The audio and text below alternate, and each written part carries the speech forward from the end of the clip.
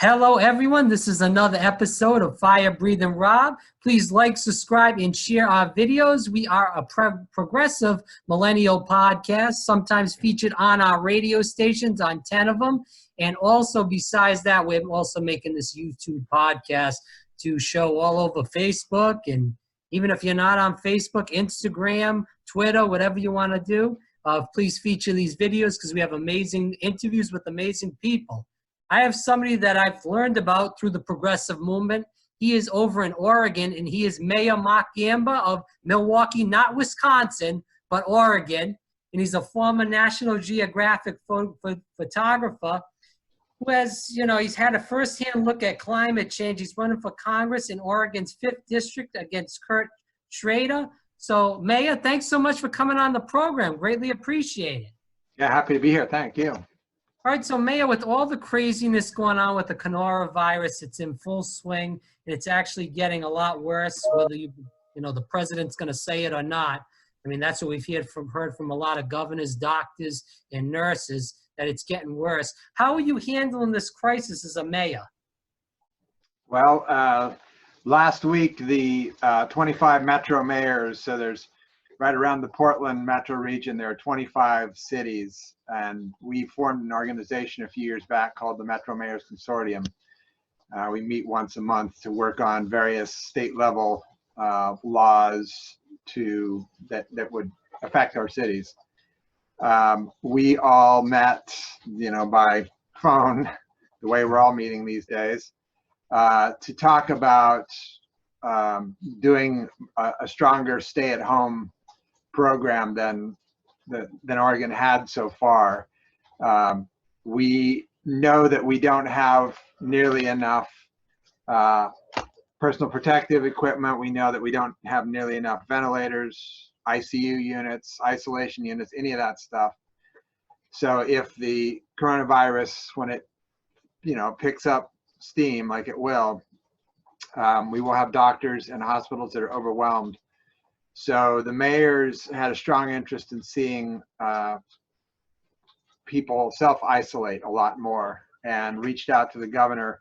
So we wrote a letter asking the governor to do it. She did.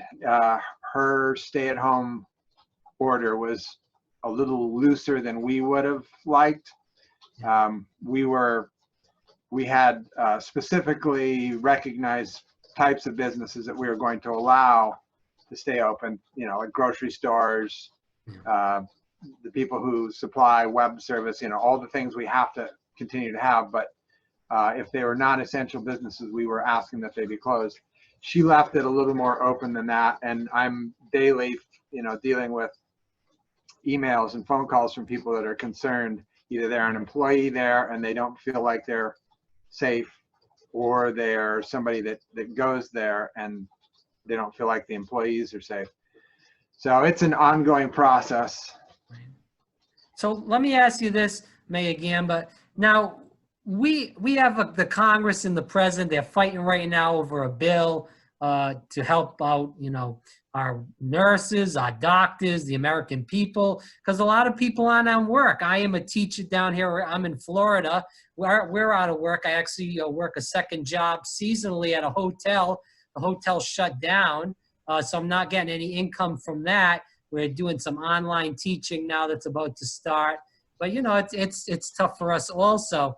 How do you feel the Congress has done, and also President Trump's done in this response? We're just hearing today, Mayor, that President Trump wants to get everybody outside before Easter. Yeah. And also Mike Pence is going and saying, if you're sick, you can work, just wear the mask. I mean, what is wrong with these guys? Are they like in a different planet than we're living in right now? It's crazy.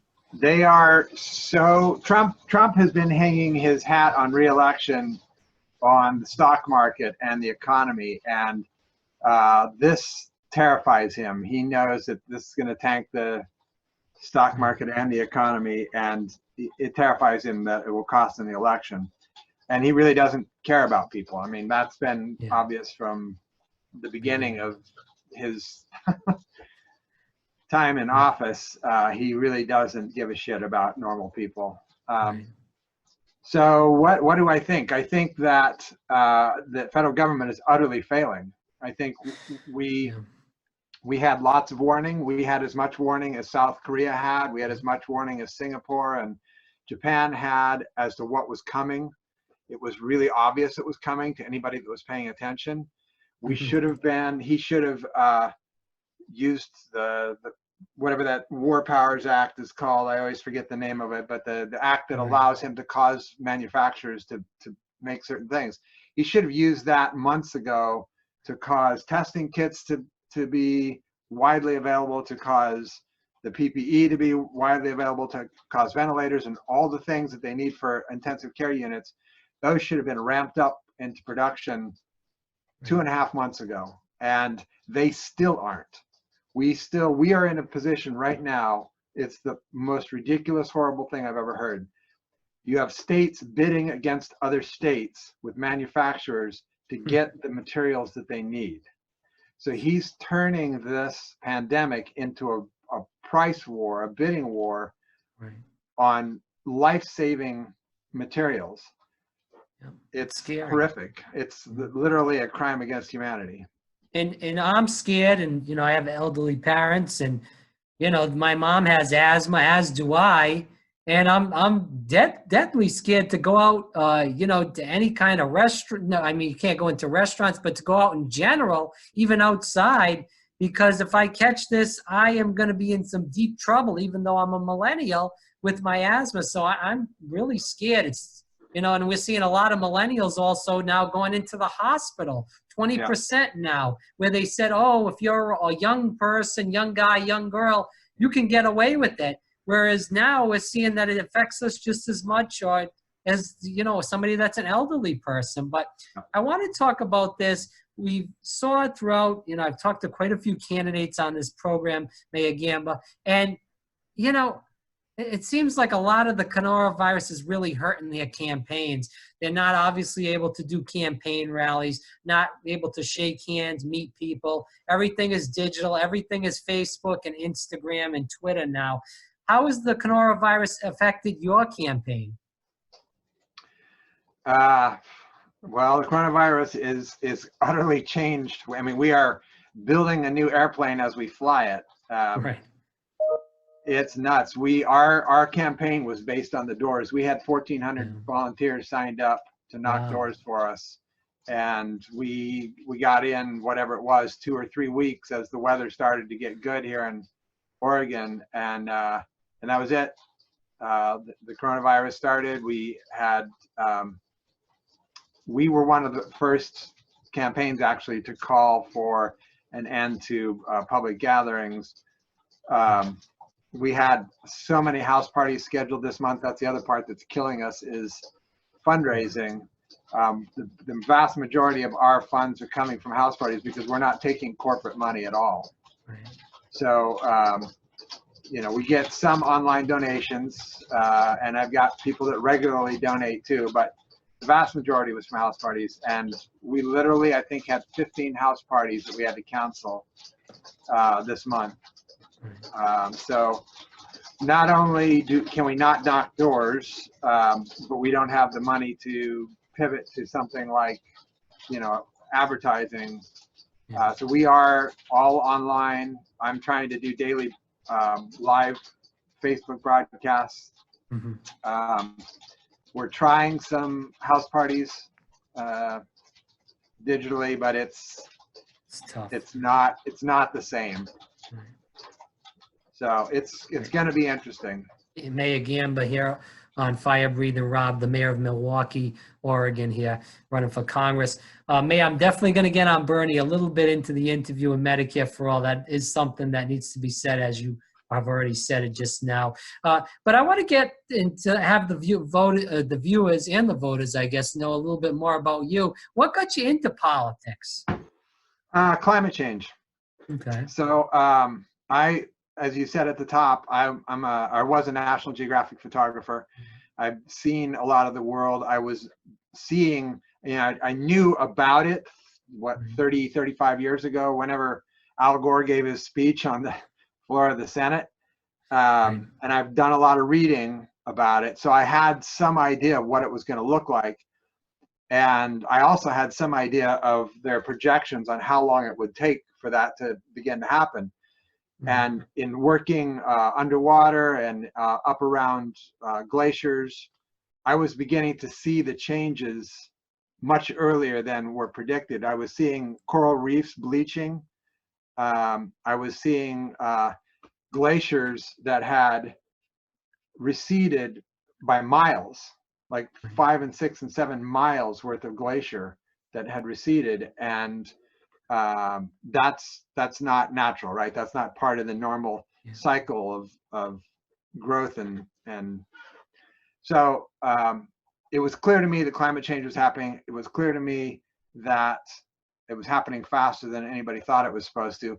And it was also clear to me eventually that the federal government wasn't doing a goddamn thing about it. They, I mean, it's shocking to me for, you know, people's responsibility is the well-being of a whole nation of people.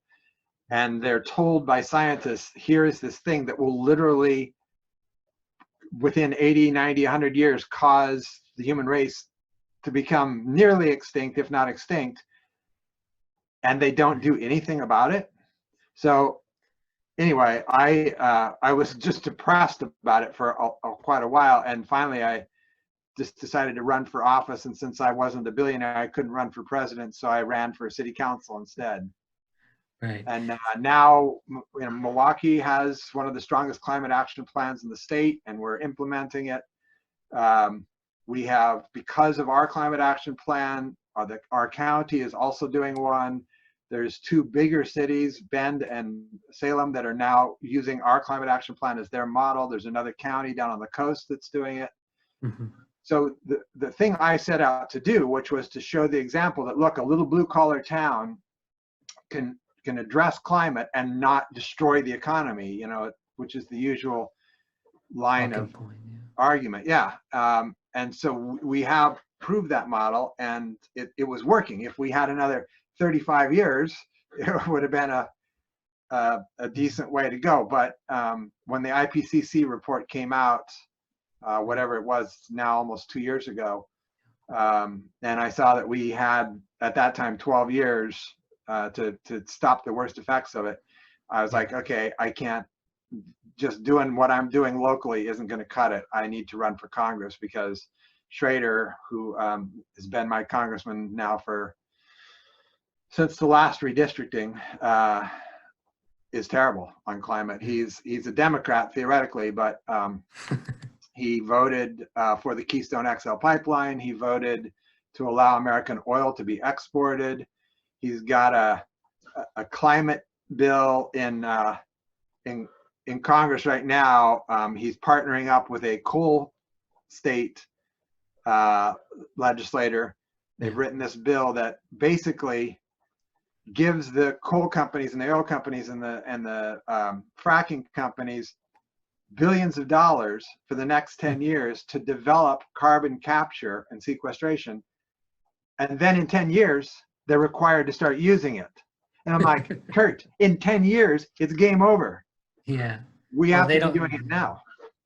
They don't understand that. Mr. Mayor, I want to tell you this, though. It could be even less than 10 years, because we look at what's happening in California with the wildfires. We look at what's happening here in Florida. In Miami, if it's a pretty heavy rainstorm, a lot of the streets down in Miami flood. You look at even over in Brazil, where the Amazon rainforest, rather, is being burned to a crisp. That's the world's lungs right at hand being burned down. So I believe it's even less than that, and we're in deep trouble, as you've stated throughout this program. And it's scary for people, whatever age group you are, people that are my age, people that are younger than me, because, we may not be able to live in Florida or even California or other coastal states, New Orleans. You look back at Hurricane Katrina in 2005, but we could go on about that for decades. Well, yeah, in Miami, actually, it doesn't even have to rain. If you have a king tide on a sunny day,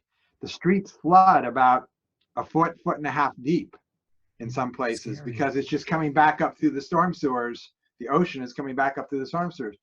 it is absolutely happening, and we are in for a significant change no matter what we do now. What we do in the next 5, 6, 7, 8 years will be the deciding factor as to whether it's survivable or not. Mr. Mayor, it's almost like some of these people, they don't think that the climate change is going to affect them. Now, we do know climate change is going to hit hard the most vulnerable among us in the impoverished areas first, but it's going to hit rich people, poor people, and eventually in the same amount, which is scary that they're just not taking any kind of initiative on this action for the most part in Congress or on the presidential level. Yeah. But I want to get into this question. Working at National Geographic, I'm sure you saw quite a few amazing views of the world. You talked about the glaciers and seeing other parts of the world. Did that really shape your worldview, getting involved in photography and working in that type of job? Yes, I think it was. I mean, some of it is the photography itself and those kinds of assignments, because when you're sent on assignment for National Geographic, you're expected to know a lot of stuff. So every assignment I had, I did a lot of research before I went on it. And so there's that piece of it. But I think it's just being in the world and sort of outside of the US bubble. So many people in America think that everything about America is better than anywhere else in the world.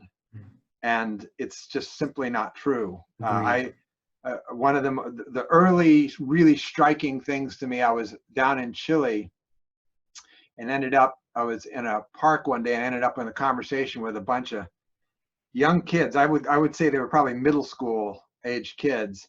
And they started talking to me about John F. Kennedy, and all these details about John F. Kennedy and his life and his philosophies and all these things. It was stuff I had not been taught in school as an American, one of our greatest presidents.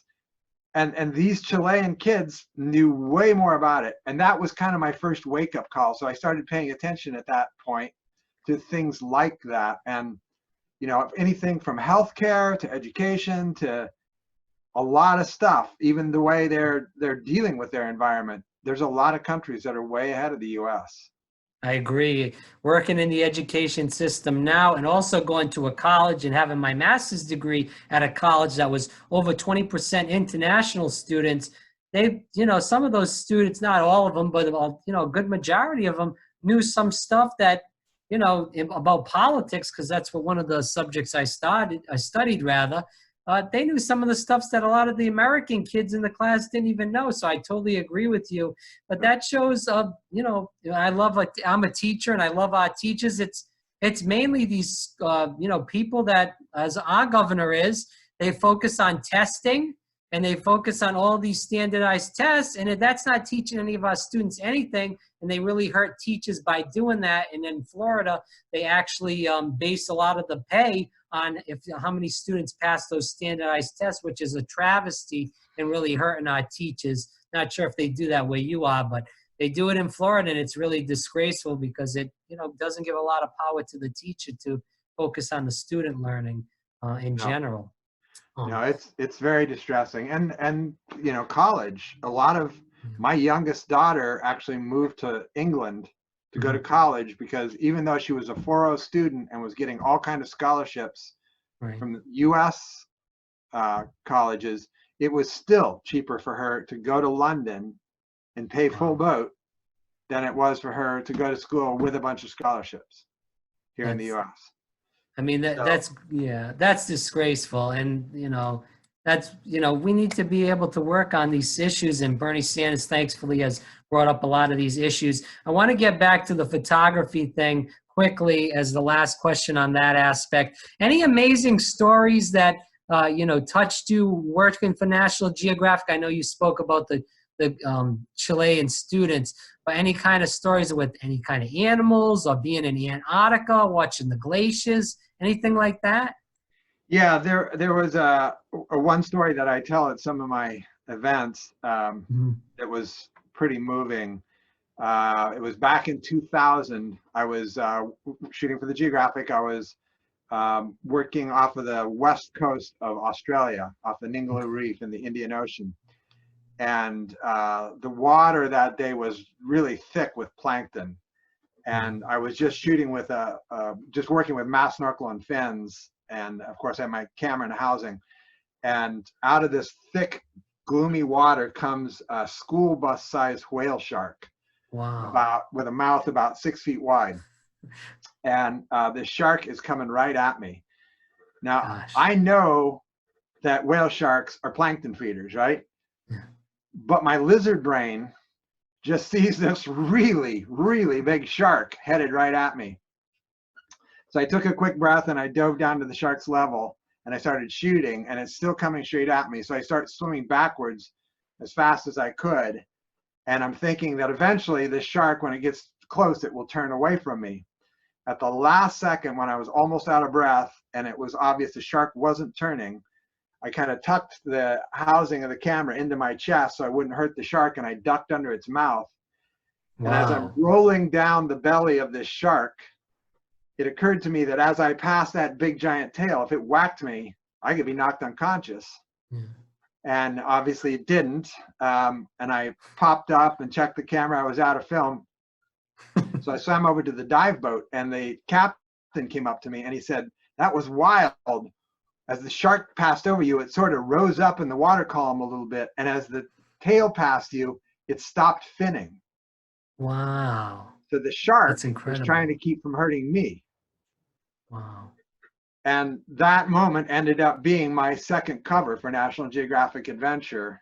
And that very close encounter with an obviously sentient and obviously empathetic being Right. just made me even more fall in love with the natural world and all of the amazing creatures we share this planet with. Right. Wow. What a story. That is incredible. Wow. I can't believe it. I was thinking something else happened, but thankfully, the shark didn't clip you or knock you out or even bite you. That's incredible. I want to talk more about climate change in this interview. You saw the firsthand, with the ice caps melting. We talked about that. A lot of these glaciers are hurting polar bears and other Arctic animals where they can't survive because they're basically no food over there or anything. Can you talk about climate change and how that was when working with National Geographic? Well, like I said, those were some of the first indicators I saw. The coral reefs bleaching was the Right. other piece where there would be whole patches of coral reef that was just white instead of the beautiful oranges and pinks and everything that coral usually is. And I asked a scientist that happened to be on the boat that day, Mm-hmm. and he said, "Well, we're not sure. There's a couple things it could be, but one of the things we think it might be is that it's because the water is warming, and the oh, now I'm going to forget their names, but the little tiny creatures that live on the coral, which actually is what makes the color, can't survive in water that's that warm, so they're dying off." And at that point, that was just one of his guesses as to why it might be bleaching, but it really stuck in my head. And now, you can turn on any nature show, and they'll talk about the whole barrier reef is bleaching out. So that was definitely one of the first pieces. I think, it's more subtle in a lot of ways than I wish it was. It's things like, I grew up in Western Colorado, up in the mountains, and every winter, the snow that was plowed to the side of the road would be overhead high every single winter when I was a kid. And for the last 10, 15 years, it barely snows in town. And when it does, they plow it, it's gone in 2 days.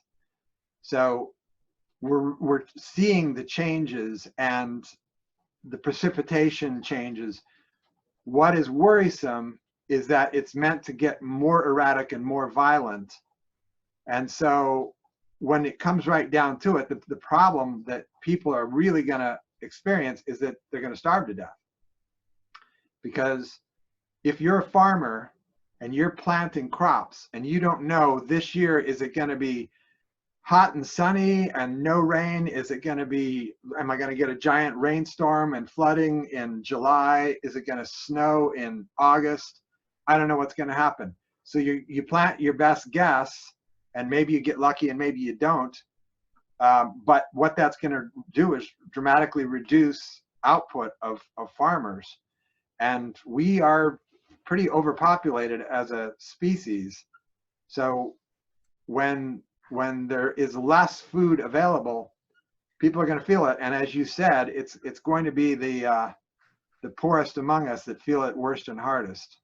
Right. And we also don't talk about the refugee crisis that's going to happen, because where there's going to be areas in the world that are going to be inhabitable. We look at the Middle East, where how hot it is at times over there. You go back to the US, you look at New York City, could be underwater too. We didn't mention that, but that's a big possibility with millions upon millions of people there. I do want to talk about this. I know you passed a plastic bag ban over in your city, which is great. I know that the government vetoed that. As far as what was that? The governor that did that? No, not only did they not veto it, but about a year after we passed it, the state passed a bag ban. So now it's statewide. Okay, great. So we talk about this as far as combating climate change. We've heard the Green New Deal, which I support, and Bernie has a significantly great climate change plan that he's established as a presidential candidate. What would be your plan to combat climate change as far as being in Congress? And, would it be a certain bill, or what would you do to that effect? It's going to be a whole raft of stuff, right? That's why the Green New Deal makes a lot of sense. Right. It gives you the bandwidth to mobilize this country like we mobilized for World War II, and to really invest in solving the problems. So it's a whole raft of things. We stop subsidizing all the fossil fuels immediately. That would be a first step. Then we put some kind of a price signal on carbon, whether it's a cap and trade, or a cap and dividend, or I don't really care what it is, as long as over time carbon is meant to be more expensive. What that will do is cause private investment to move out of carbon and into renewables. And then obviously we would be investing ourselves in renewables, hiring millions of people to build solar arrays and wind farms, and there's concepts around tidal energy and wave energy, geothermal energy. There's all these different ways we can produce energy, and then there's ways to store it. There's ways to use it better. We can have smart grids that allow energy to flow both ways out of houses. We can start producing hydrogen when we've got too much wind and sun, that can then be stored in our natural gas systems to be used later in peaking plants, or even the way we're using natural gas now. We need to completely change agriculture. The way the industrial farming that we do is damaging on a lot of levels. The dead zones in the ocean that you see down in Louisiana, Mississippi, and out on the Oregon coast are from all the nutrient running off the land and into the ocean. That nutrient has to be applied to those soils because they've killed those soils, and those soils no longer hold carbon. So if we start to farm in a sustainable method, we can start to store a lot of carbon back in the soil. So there's a whole raft of, we got to plant 1 trillion trees.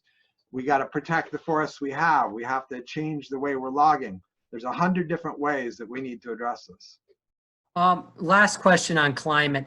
I hear a lot of people talking about climate change that are running for office. I don't hear a lot about this, though. We look at water as an issue. We look at, as you spoke about, with all these nitrogens and all these all the stuff that they put in the soil, running off, going into our water supplies, contaminated water, which we see all over the country now. It was happened in Flint. It happened in Newark, New Jersey. Now they're having issues with water, and it's all over the country. So I would like you to talk about water as an issue. Do you hear a lot about people talking about water? And the second part about that is we talked a lot about in our oceans with fish. Where there's a lot of dead zones. No, I don't hear a lot of people talking about overfishery also. And not just that, the fish that we're eating, that they're catching, a lot of that fish is ingesting plastics, whether, because of all the plastics we have. So we need to also get rid of all this plastic water bottles that everybody uses now, which, you can't just get a regular water bottle and wash it and reuse it. I don't. Which you got, yes, Mayor.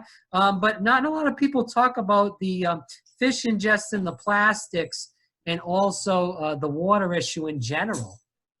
So one of the things a lot of times after I tell that story about the whale shark, right, then one of the next lines that I usually say is that the National Geographic estimates that because of climate change, oil spills, overfishing, excessive nutrient runoff,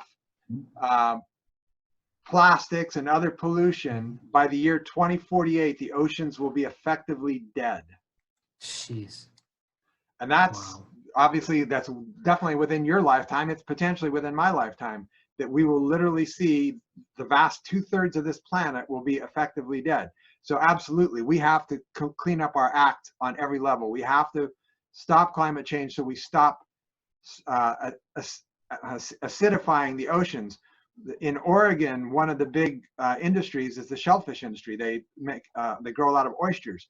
The baby oysters can't even form shells right now because the water is too high in acid. The water is too high in acid because the ocean has been uptaking all the CO2 we have put in the air. If it hadn't, climate change would be even worse than it is already. So that's that piece of it. There's a ton of work we need to do with the oceans. But you're absolutely right on freshwater. It is probably the next thing that we will have wars about. It is why a lot of the tragedy at the border with people coming up from Central America, a lot of those folks are there because they can no longer farm. They can no longer, they can't survive any longer on their subsistence farms. And a lot of that is due to water. There's ongoing droughts.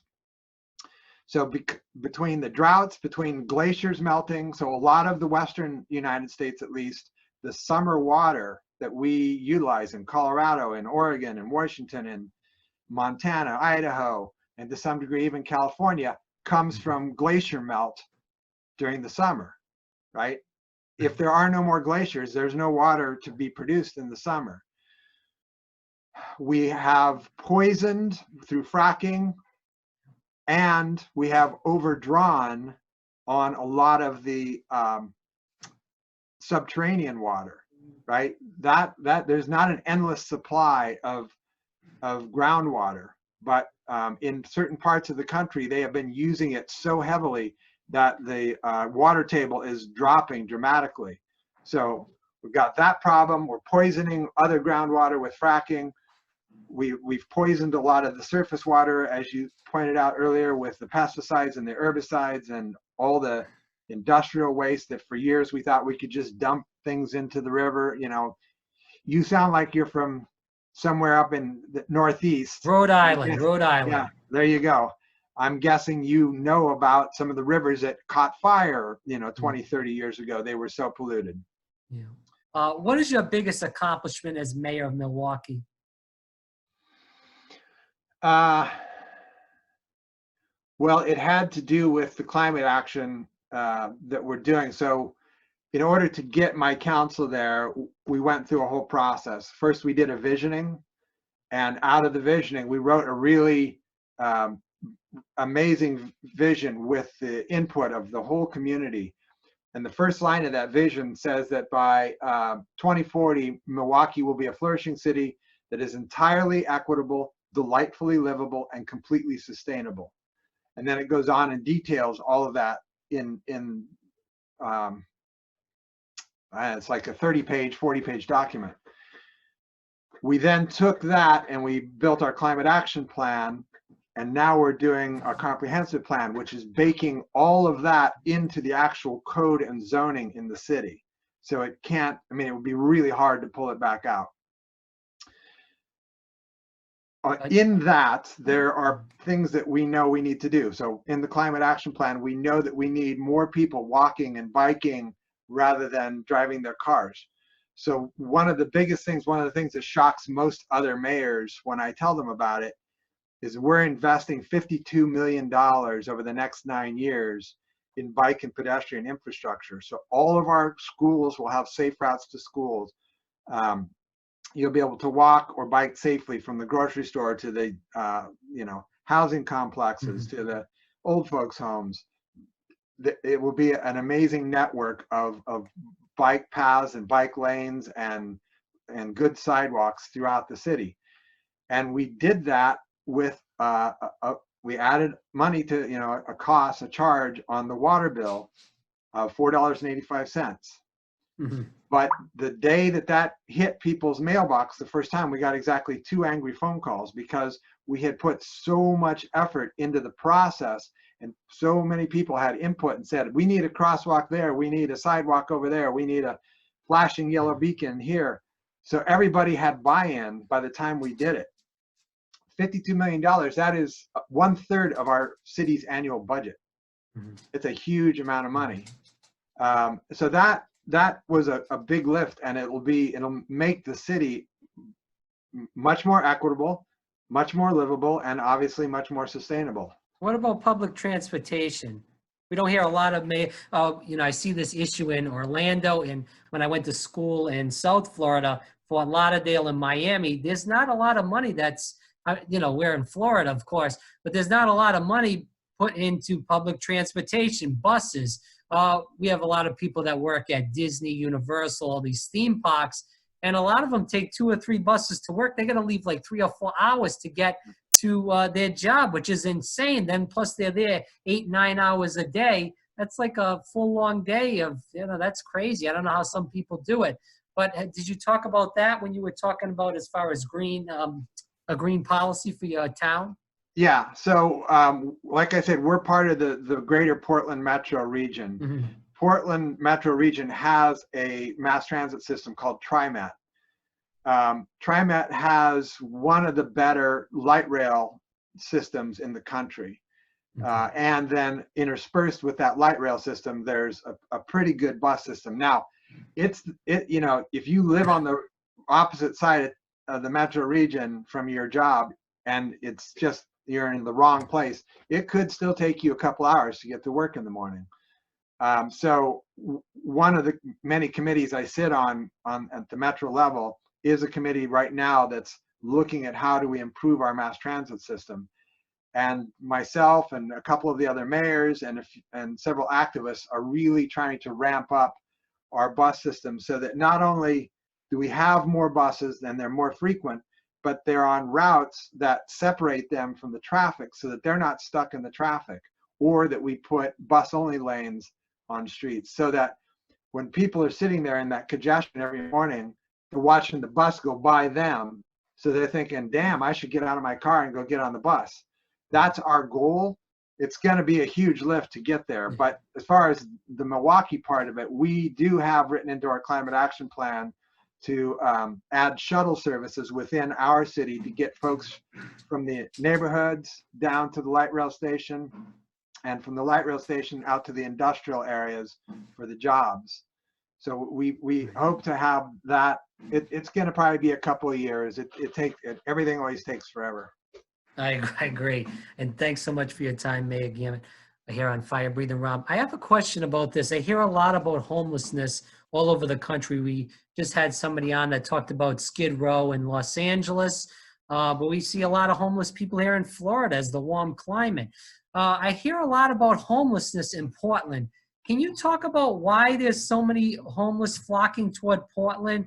It's not an extremely warm city. You guys do have winter, where we don't have that extreme of a winter, obviously, down here, and California doesn't either. So can you talk about why there's such a big homeless population in Portland, Oregon? very few of them are imports.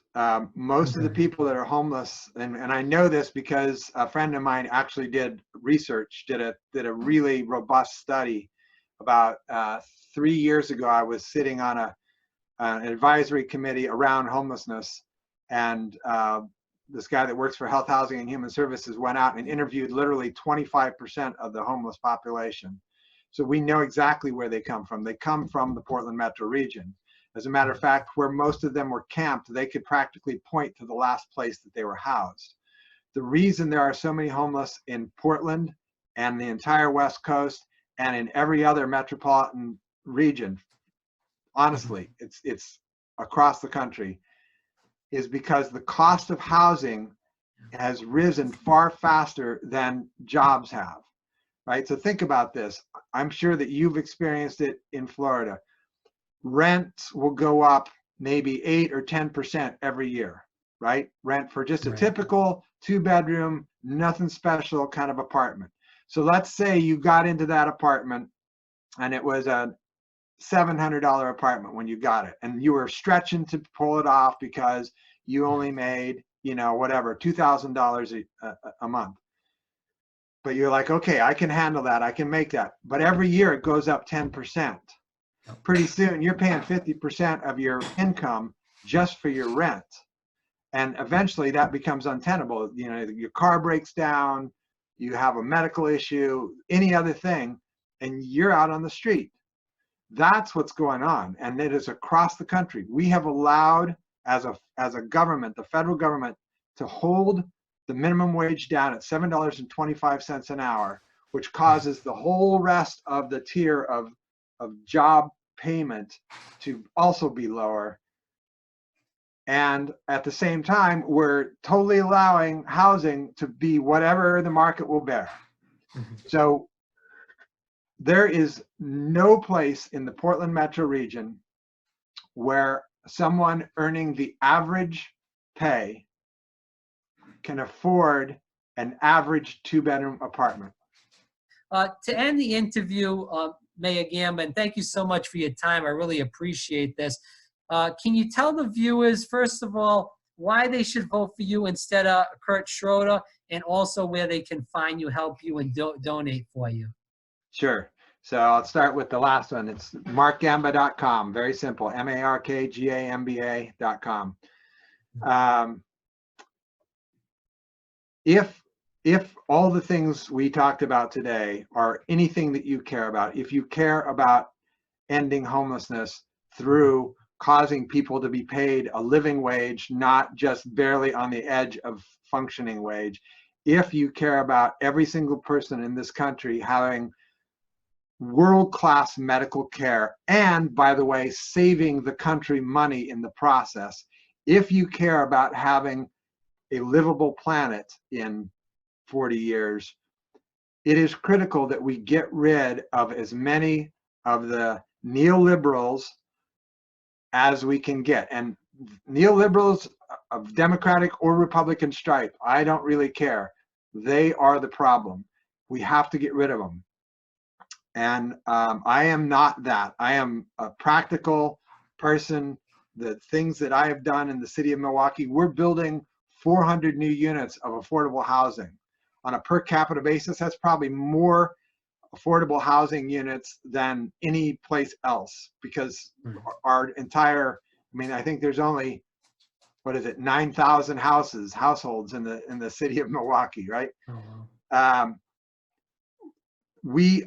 Under my term in office, we have gotten so much done because I'm practical, because I can pull people together, because I can inspire positive change. Schrader has been at best a backbencher. A former congressman called him a windsock. He is, and he's completely sold out to the pharmaceutical industry, to the oil, coal, and gas industries, to Monsanto, to Comcast. He is the worst kind of politician, Democrat or Republican. It doesn't really matter, because if you're sold out to the corporations, you are not looking out for the people. Well, not even that, Mayor. You've ran a city. He hasn't. you have the legislative experience like that. He's been sitting around in Congress. He's 1 out of 435. You're telling everybody that if you get to Congress, you're going to go in there and kick some ass. And that's what we need, people that are going to go in there and kick ass, not people that are just going to, I was going to say, I won't say that, but I'm going to sit there with their finger up their ass. But we don't want people to just sit there and hang around and just, get their contributions and become rich in Congress. That's why I believe we need term limits in general. But thank you so much, Mayor, for your time.